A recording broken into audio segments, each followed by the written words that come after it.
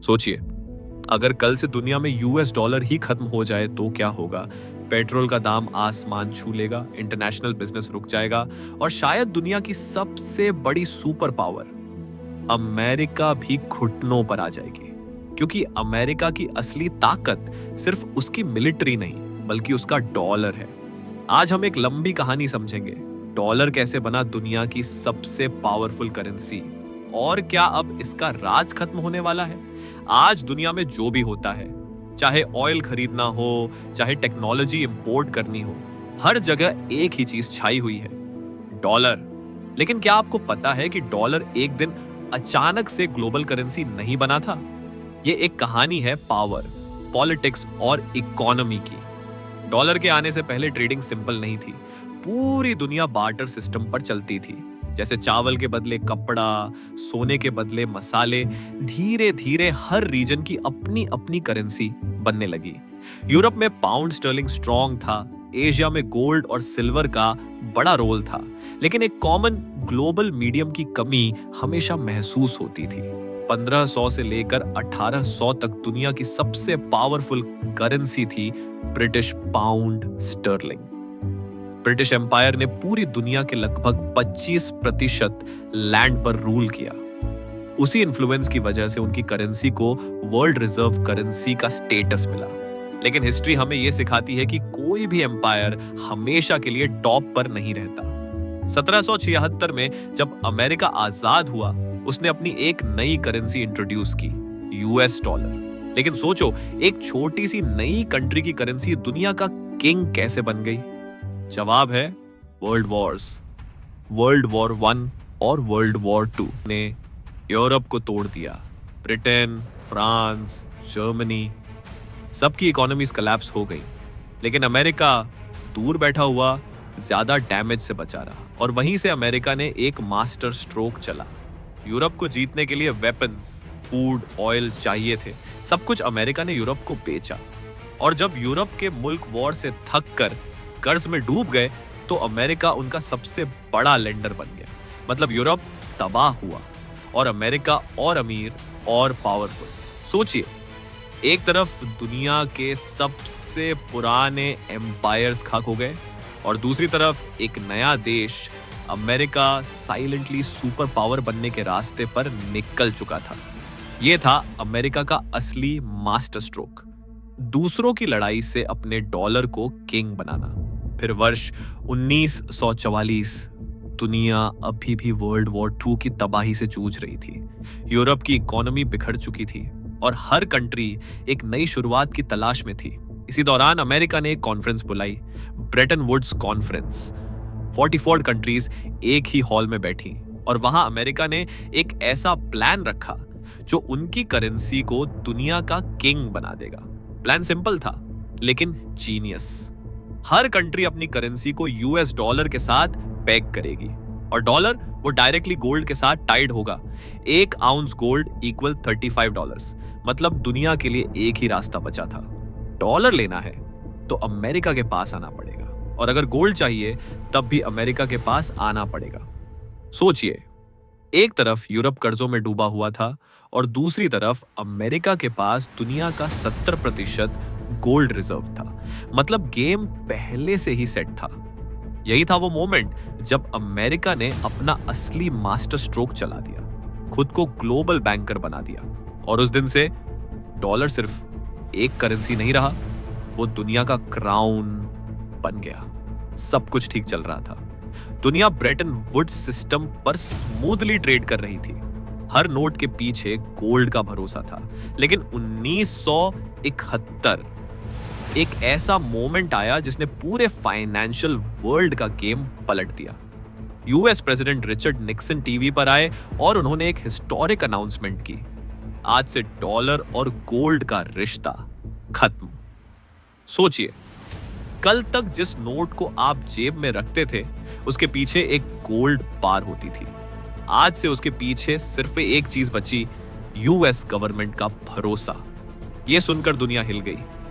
Europe, Asia, सब countries जिन्होंने अपनी करेंसी को डॉलर से पैक कर रखा था, एक पल के लिए हवा में लटक गए। सबको लगा अब तो डॉलर की कुर्सी हिल गई, अब अमेरिका का गेम खत्म। लेकिन यहां अमेरिका ने अपना असली मास्टर स्ट्रोक चल दिया। उन्होंने मिडिल ईस्ट के सबसे ताकतवर ऑयल प्रोड्यूसर्स जैसे सऊदी अरेबिया के साथ एक गुप्त समझौता किया। डील सिंपल थी लेकिन शातिर। आप अपना ऑयल सिर्फ डॉलर में बेचना और हम आपको मिलिट्री प्रोटेक्शन देंगे। और दोस्तों, वहीं से शुरू हुआ पेट्रो डॉलर सिस्टम। मतलब दुनिया में अगर आपको ऑयल चाहिए जो हर मुल्क को चाहिए, तो पहले आपको डॉलर चाहिए।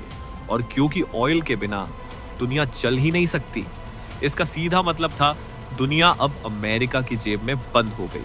सोचिए, एक कागज का टुकड़ा जिस पर अब कोई गोल्ड का सहारा नहीं था, निक्सन ने उसे ऐसा वेपन बना दिया जो टैंक्स और मिसाइल से भी पावरफुल निकला। डॉलर अब सिर्फ करेंसी नहीं रहा, वो बन गया अमेरिका का सबसे बड़ा वेपन जिसमें ट्रिगर है इकोनॉमिक पावर। डॉलर के किंग बनने के बाद अमेरिका ने अपने फाइनेंशियल सिस्टम को सिर्फ ट्रेड के लिए नहीं, बल्कि एक वेपन के तौर पर यूज करना शुरू कर दिया। आज अगर कोई कंट्री अमेरिका के खिलाफ जाती है तो अमेरिका बस एक बटन दबाता है, सैंक्शंस। मतलब उस कंट्री को ग्लोबल मार्केट से बाहर कर दिया। जैसे ईरान, जिसे international banking system Swift network से कट कर दिया गया। मतलब ईरान चाहे ऑयल बेचना चाहे या कुछ इंपोर्ट करना, उसके पास बायर्स ही नहीं बचे, क्योंकि हर ट्रांजैक्शन डॉलर से होती है। रशिया के साथ भी ऐसा ही हुआ। जब रशिया ने यूक्रेन वॉर शुरू की तो अमेरिका ने उनके बैंक्स और बिलियनियर्स पर सैंक्शंस ठोक दिए।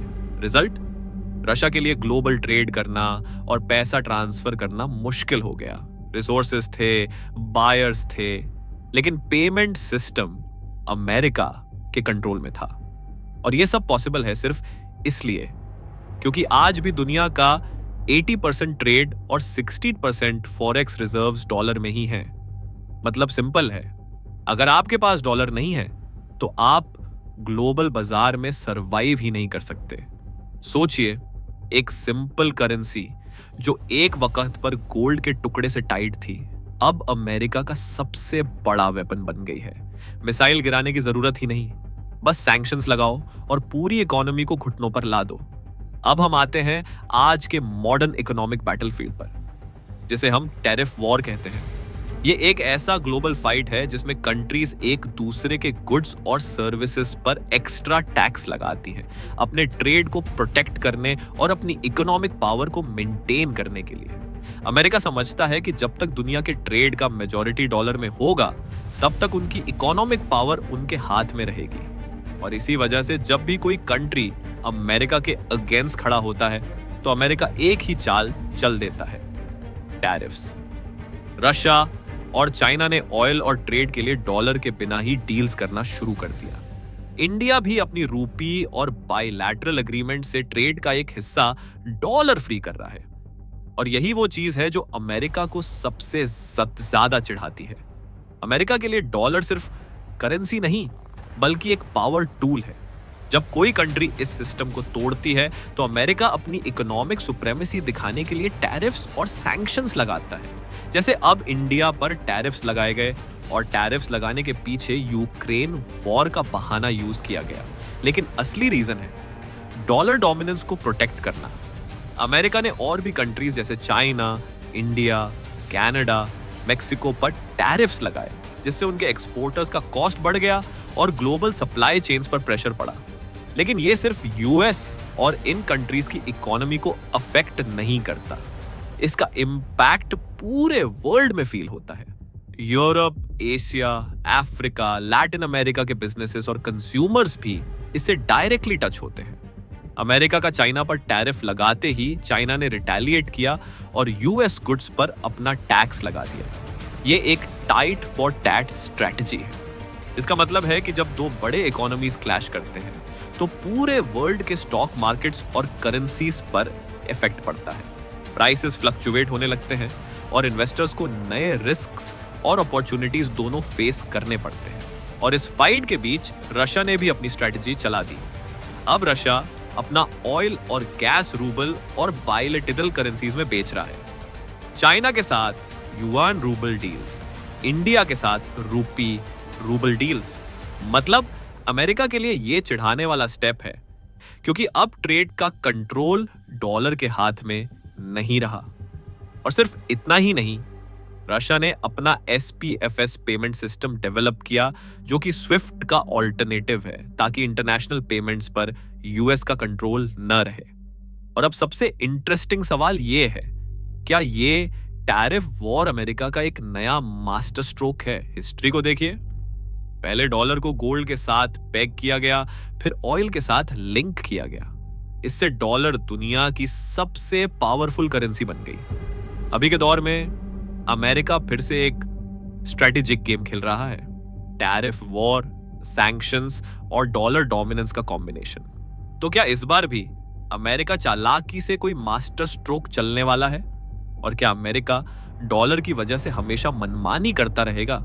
इसीलिए डॉलर की वैल्यू को कम करने के लिए ब्रिक्स कंट्रीज, जिसमें इंडिया, चाइना, रशिया और साउथ अफ्रीका है, BRICS blockchain based currency launch करने की प्लानिंग कर रहे हैं। अगर यह सक्सेसफुल होती है तो पूरे वर्ल्ड का ट्रेड सिस्टम शिफ्ट हो सकता है। सोचिए, दुनिया की पॉपुलेशन का 40% ब्रिक्स कंट्रीज में रहती है। इनकी कंबाइंड इकोनॉमी लगभग $30 ट्रिलियन के आसपास है।